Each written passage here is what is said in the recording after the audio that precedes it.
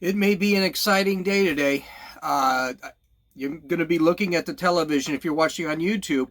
The impeachment vote looks like it's about to hit up. Uh, Unfortunately, it wasn't. Well, yeah, fortunately, it wasn't the only news today. There was a lot of news today, but I spent most of my time listening to these bozo politicians in the House sit there and debate back and forth. Wasn't really much of a debate, but we're going to cover it live. I want to actually be online when it comes up. Actually, I'll be covering it live. And I'll turn up the volume on the television so you can hear what's happening the second it comes about. But like I said, it's not the only news. This is Gene, and you're listening to Dumbasses Talking Politics.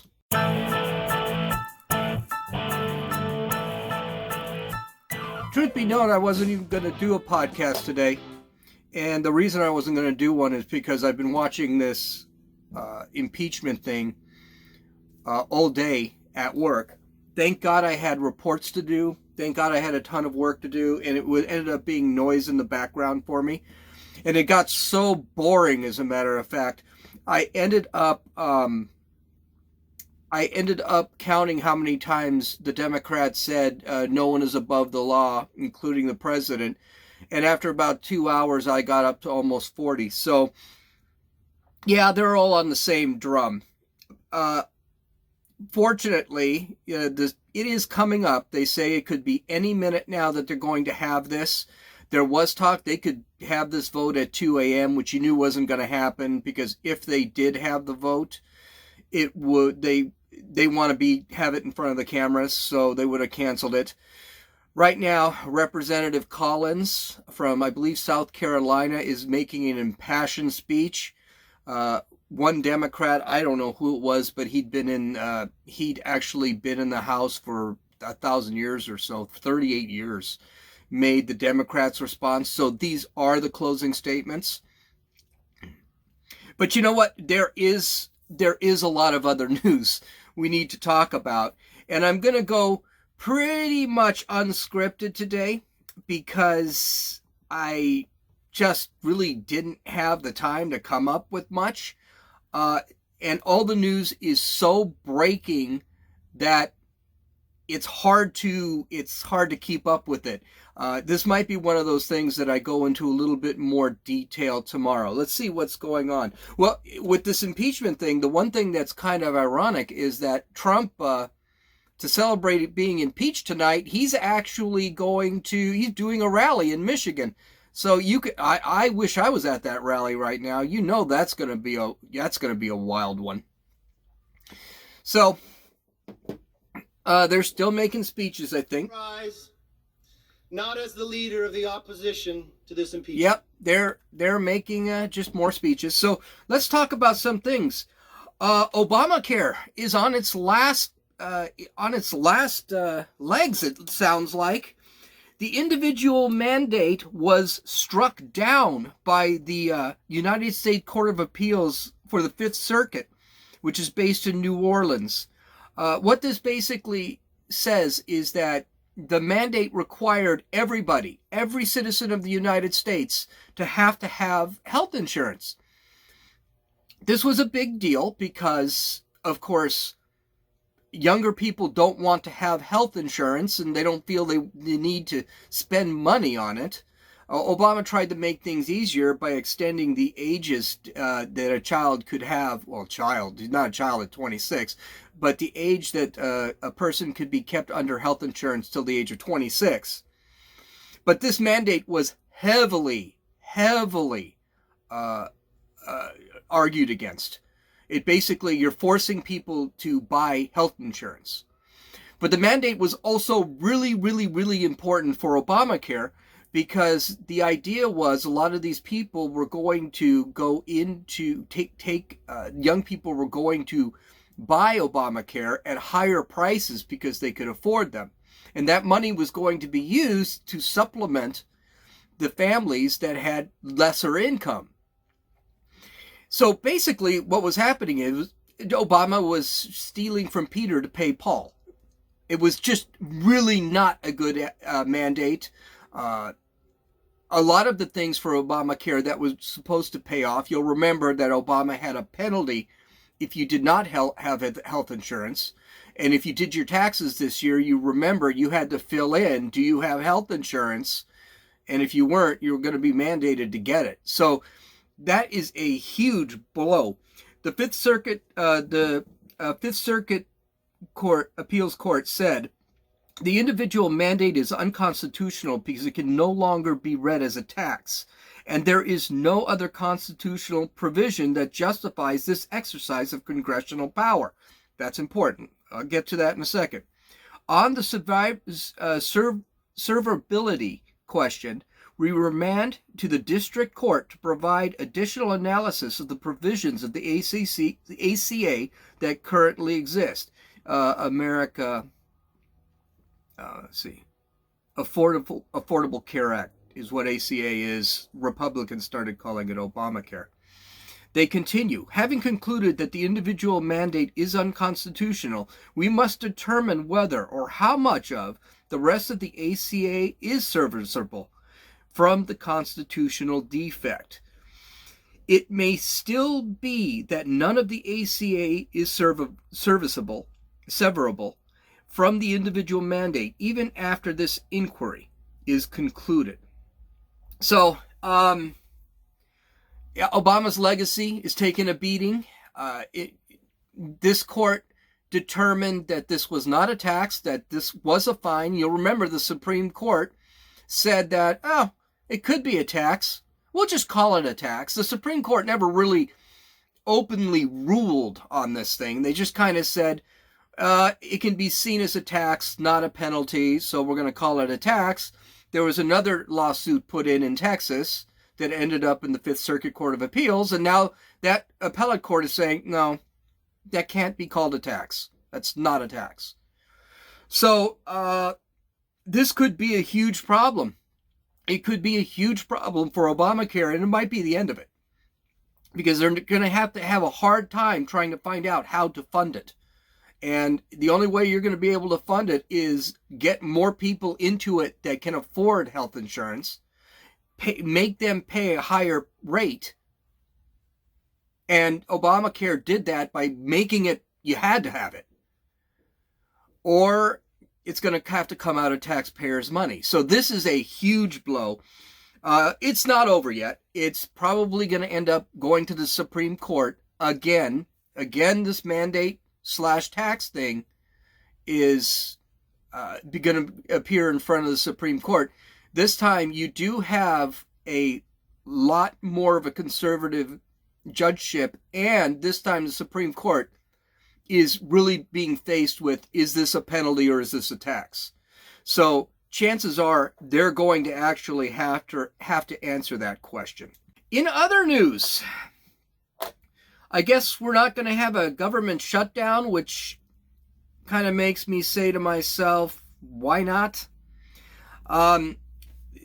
The Congress approved something called a mini omnibus package. Basically, it's going to keep our government running. I think it's for another 3 months. So it's going to keep the government from closing down during the Christmas break. I guess that's good. But you can tell this was a bill that was filled with, that was really massaged by the Democrats. A lot of conservative Republicans are already telling Donald Trump, you know what, you need to veto this thing. It's absolutely terrible, and it is. It's a $1.4 trillion budget. So, and it's not even going to last very long. It's a $1.4 trillion budget. But what really is really shocking, even a left-wing news site like Slate.com, where I got this information, was like, wow, that's different. It's really a lot of pork in this thing. So the earmarks have not gone away. Some of the things that they're going to do, they're doing some things that the Republicans wanted. They got rid of the Cadillac tax. And basically what the Cadillac tax is, and this was something that Obama came up with, probably to pay for things from Obamacare, when a boss or a company gave really good benefits to their employees, a tax was placed on those benefits. So let's just say I'm a CEO or something, or I'm very high up. I get really great benefits because I'm a hard worker and I'm really valuable to the company. Those benefits can be taxed. So they got rid of that tax. So the Republicans are going to be happy with that. Another one they're going to be happy about is getting rid of the medical device tax. Yeah, I have to buy a medical device, or a company, a hospital needs, there was a tax on the medical device. I also thought this was a very weird tax because medical devices should be considered non-optional. They should be considered required. For example, when you go to the grocery store and you buy a canned food, that's not considered a luxury item. That's considered a survival item, an item you need to live. You need to eat something, and you have to cook it, and you have to do whatever. So you didn't have a tax on canned goods and dried goods like spaghetti and rice and things like that. Other goods, fruit, vegetables, there was no tax on those. Other items, such as hot food. You buy hot chicken over at Walmart or the grocery store, or you buy pre-made coleslaw or something like that, that was taxed because they considered that stuff a luxury. You didn't need to do it. You could have bought the chicken and then you could have cooked the chicken. So in order for you to save time cooking, they gave you a service of cooking for it, and they put a tax on that. That's that sales tax you see in grocery stores. Grocery stores don't just tax everything. They only tax luxury items. Well, okay, that was pretty good. I personally think the medical device tax shouldn't exist because at that point it is a survival item. A medical device is a survival. It's to keep people alive or keep people comfortable. So I did not believe this was actually a good idea. So that was the good part. Now things get a little bit, and it gets a little bit weird here. There's a grant that will give the Centers for Disease Control and Prevention, the CDC, and the National Institutes of Health a $25 million research grant to investigate gun violence. Now, there are a couple problems with that. One, what does the CDC and the National Institute of Health have anything to do with gun violence? Shouldn't that be given to the Department of Justice or police departments or something like that, or some committee of justice that will deal with that? That's a bad one.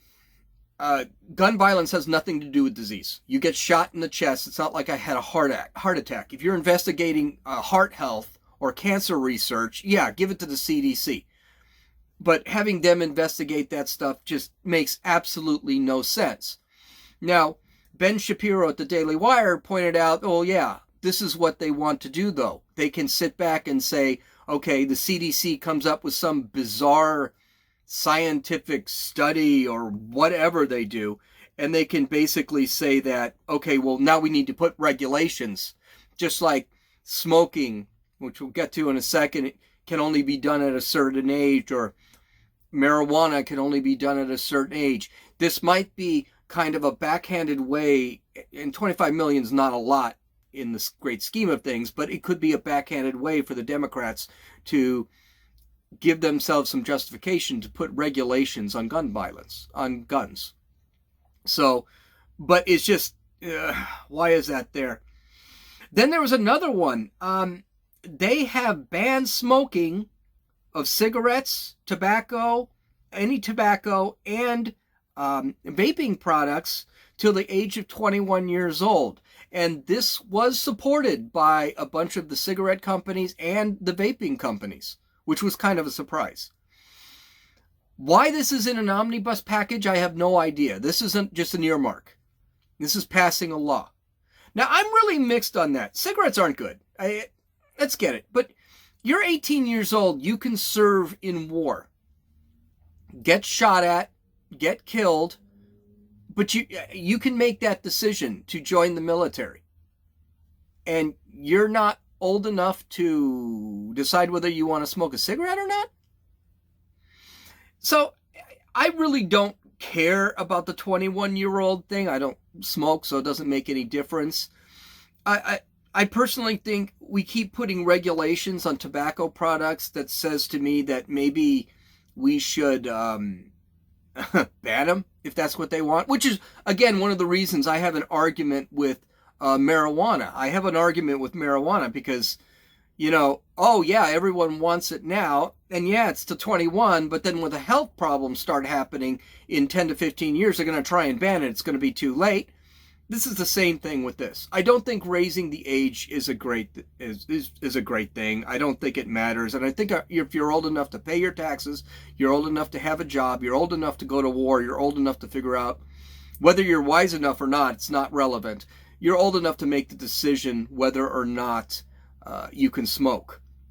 Now, there's surprise. You might be saying, well, why do cigarette companies and the vape companies go for this thing? Why would they be happy with it? Because I think when you start putting regulation on companies like that are going to be making money anyway, the companies are more immune to lawsuits in the future. So I believe that's one of the reasons they do that. Facebook said that, Mark Zuckerberg said that when Facebook was getting nailed for not suppressing speech on Facebook. He basically wanted the government to regulate, and the reason would be well, okay, if the government's regulating me, I'm still going to be making my billions of dollars, and I don't have to worry about getting sued, which sounds like could be something in the future we're going to have to worry about. Trump is getting $1.375 billion for his wall, which is still well short of the $5 billion he was looking for, but it's something. And this is what I want a lot. And I got into an argument with, not really my girlfriend, but she got into an argument with someone, and we just continued it on. Here's the thing. Everyone said, well, $20 billion or $5 billion or $10 billion for a wall is just not worth it. Well, $1.375 billion or even $5 billion or even $10 billion is not even 1% of $1.4 trillion. So it's hard for me to buy that you can't just give him his $10 billion so he can go in and build the wall, or give him $5 billion and then when the next omnibus passage gives him another. So what the Democrats are doing is they're caving a little bit. They have to cave a little bit. And so they're going to give Trump a little bit, maybe just a taste, so that he can actually feel good about signing it and know, okay, he's a step closer to his wall, his complete wall. Adam Schiff is now speaking on the dais on the House, so this is going to be at least another. I guess we're not going to have to worry too much about this thing starting pretty soon.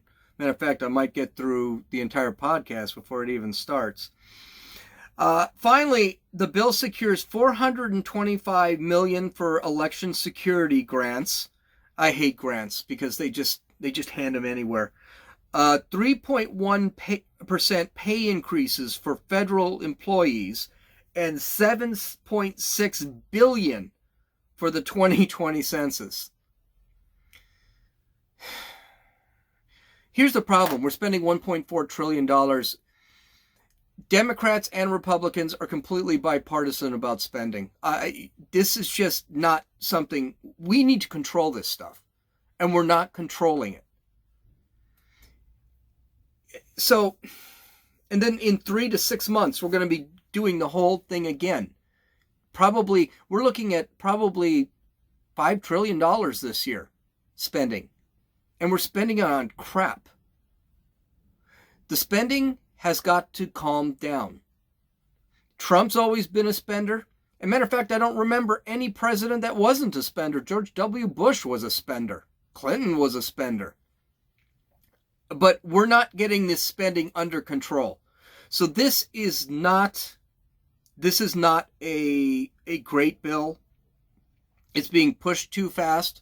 And this is why a lot of conservative fiscally conservative Republicans are really pushing Donald Trump to veto this bill, and it may have problems getting through the Senate.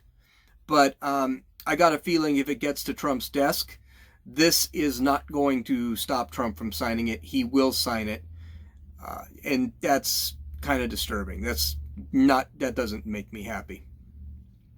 Finally, in the last piece of news, I honestly thought we would get through. I guess that in a few minutes didn't happen, so we're gonna have to wait. So the last story is also a big news, and I am actually kind of surprised by this one. I won't bring it up too much. I'm going to talk about, because I did talk about this in a previous podcast, but the Supreme Court has decided not to hear a ruling by the Ninth Circuit Court of Appeals in California concerning the legality of being homeless. I was really surprised by this, and I didn't read the entire story. I just saw it on a news magazine. I'm going to go to the LA Times, because the LA Times has a very interesting article about how they're going to deal with this.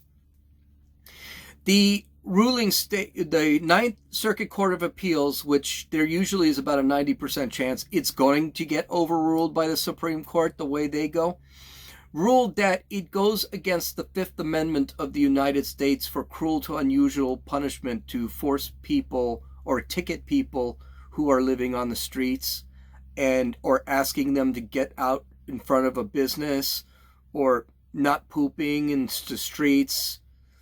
Now, understand, this was the argument here. It was going to be that the police would be allowed to give someone who was sitting in the streets and wouldn't move, give the person a $25 ticket. Cruel and unusual punishment. Good job, Ninth Circuit Court of Appeals. The Supreme Court just said, nope, not going to hear it. Well, the Los Angeles, they're beginning to realize that, well, the only way LA is going to have to eliminate their homeless problem or shrink up their homeless problem is by creating housing, which we already know due to the heavy regulation in Los Angeles or California in general, it's not even going to be fiscally possible to create the type of housing. And the housing is open housing. So it's not like I'm a drug addict, I go into one of these open tenements and I have to stop using heroin. And the families that actually need it usually are afraid to go into that type of housing because they're afraid for their families. They're afraid from their safety. These places are dangerous. If you take a look at Cabrini Green in Chicago, they closed Cabrini Green and that was basically what was free housing for the poor. Well, they became drug dens. They became gangland outposts. Fire departments would not go there. You would not walk in the street at night because you'd get shot. Still happening in all sorts of places in Chicago. Another problem with we need to create housing is you can't make benefits without consequences. You just can't. Ben Shapiro calls it, not only you can't just have the carrot, you got to have the stick. And we've talked about this before. There are only 3 types of homeless people on the street. There's the people who have mental problems, people who have drug problems, and people that just don't want to work and just want to live on the street. Well, you have no rights to be on the street. You have absolutely no right to be on the street. Okay, hold on. Let's see what's going on here. Getting things done. I mean, nothing. They're just talking again. You have no right to be on the street. How you solve this problem? If you're mentally ill, you force people into the institutions, the sanitariums of old, and just make sure they're regulated to the point that they are not like the sanitariums of old. They're actually civilized, and they're actually caring for these sick people. Because I don't see it as being I see it as being cruel and unusual by letting these people stay on the streets. They're mentally ill. They don't know what they're doing. They're a threat to society. Help them and force them to stay in these sanitariums until they're healed or on some sort of drug therapy. You don't have to be there forever. It doesn't have to be a jail. Okay, here we go. They are doing it. So Article 1, they're already voting. Articles of impeachment not be even sent over to the Senate. So what that would mean is they'd vote, they've just started to vote. We'll talk about this in a second. Vote on articles of impeachment, impeach the president, but not send it over to the Senate. So then the so they've got 14 minutes and 38 14 minutes and 38 seconds remaining. It's already 88 to 49 in favor of Article 1. Now, how they do with this impeachment thing is they will do Article 1 first. They'll get the vote, and then they'll do Article 2 second. Now, contrary to what a lot of folks say, chances are the votes are not going to be identical. Like you'd expect them to be 234 to 189 or whatever it is. They're probably not going to be identical. Democrats, some of the purple state and red state Democrats are going to split the impeachment. Remember I said chances are he wasn't going to be impeached? Nah, he's going to be impeached. But he's probably not going to be impeached as far into the yay as before. So, Article 1, they're already voting. Right now, it looks like he's going to get impeached. When we get to 200, we'll know it's done. So, back to what I was saying. So, that's the first thing. Get the mentally ill off the street. It is not being humanitarian to let mentally ill people stay on the street, and it's dangerous for citizens. As far as drug addicts, drug addiction is not an excuse. If you're a drug addict, again, you create an institution like a sanitarium, and this time it's created in a way that's like a jail. It's not quite a jail, because drug addiction is a disease. You're talking to a guy who's lost a son due to drug addiction. So it is a disease, and I feel for those people. But that doesn't mean it's the type of disease you sit back and you just let go. You got to get these people off the street. They're destroying the cities, and they're going to end up mentally ill by the end. I mean, that stuff is eating their brains. You create an institution like a jail. You put them in the institutions. You get them clean. You get them the education so that they can rehabilitate. You get them so they understand why they have their drug addiction, and they have to go. If you're caught on the street, you got a drug problem, and I think they should do that with anybody who has a drug problem, even if they're living at home. I wish they would have done that with my son, and they didn't. Finally, those that live on the street because they don't want to work, they work and they just want to live on the street. No. You do not have a right to live on the street. You do not have a right to destroy the quality of life of other people. That's wrong. And these people a city should be able to say, listen, you can't sleep here. You can't sleep in front of a business. You can't park your RV in front of a business. And they should be forced to leave. And certain cities have actually done that. They basically said they got tired of their streets being lined with RVs. And they basically made laws that are being fought in court currently to get them to stop living on the streets. And if these people if these people move from one portion to the other and they're caught again, they should be ticketed and they should be jailed. And then if they get out and they do it again, they should be ticketed. They should be jailed. It's not a right. There's nowhere in the Constitution that says you have to live on the street in front of someone else's dwelling. We have the right to life, liberty, and happiness. I don't have the right to sit there and ruin somebody else's life. So I'm sitting back, I'm watching. It's at 160 to 105 for Article 1. It's only one Democrat has already said no. Not one Republican has said yes.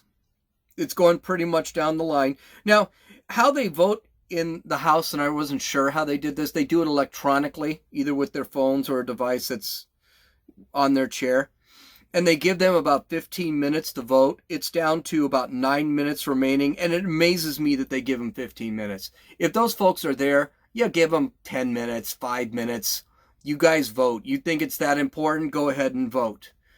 I would not be too shocked if there is, I don't even know if you can do this, but I would not be shocked if they actually asked for a voice yay or nay. The Republicans actually requested that this morning because they wanted to show the people that were voting for impeachment. Impeachment really is unpopular. Well, it is about 2 minutes left, and here's what we got so far. It's gonna pass easy. Right now, it is 213 to 152. I'm sorry, I said 2 minutes left. About a minute left. It's 213 to 155, 156. Here, it's still going up. 213 Democrats for, 0 Republicans for, 1 independent for, 2 Democrats against, 158 Republicans against, and so far there's still 18 no votes for the Democrats and 39 no votes for the Republicans. So we got 56 seconds, 1 minute, so let's get the final ruling in just a second. So this one's going to get through. It was a slam dunk. There's no way they can catch up here. Even if all 17, well, I guess it's possible if all 17 or Democrats vote no and all 37 Republicans vote no, that it will actually go through. Here's 25 seconds, 20 seconds, and ladies and gentlemen, we are looking at the first president to be impeached since 1998, Bill Clinton, and we still don't know why he's impeached. So you're living in a world where we're living in a world now where a president has been impeached. I really don't care what happens in the second article. Second article might be a little tougher because it's just a crap article. But so Trump's impeached, and he's in a rally in Michigan, probably making a lot of fun of it. Well, I'm over 30 minutes anyway, so we'll just skip the article, the second article, because I don't think it matters. It's going to pass probably along the same lines. So a bunch of Republicans didn't bother even voting. The Democrats got up to 224, 7 no votes and 2 nays. Not one Republican voted for impeachment. 1 independent voted for impeachment. So there you have it. We've got an impeachment. So you can follow me on Twitter at RunninFool, RUNNINFEWL. You can listen or download my podcast on Apple Podcasts, Podbean, Podcast Addict, and YouTube. Of course, you can watch the Vcast on YouTube. Visit my website where I'll have show notes, links, references where I got this information. Full videos if they're there at www.dumbassestalkingpolitics. Have a good night. We're living in a new world.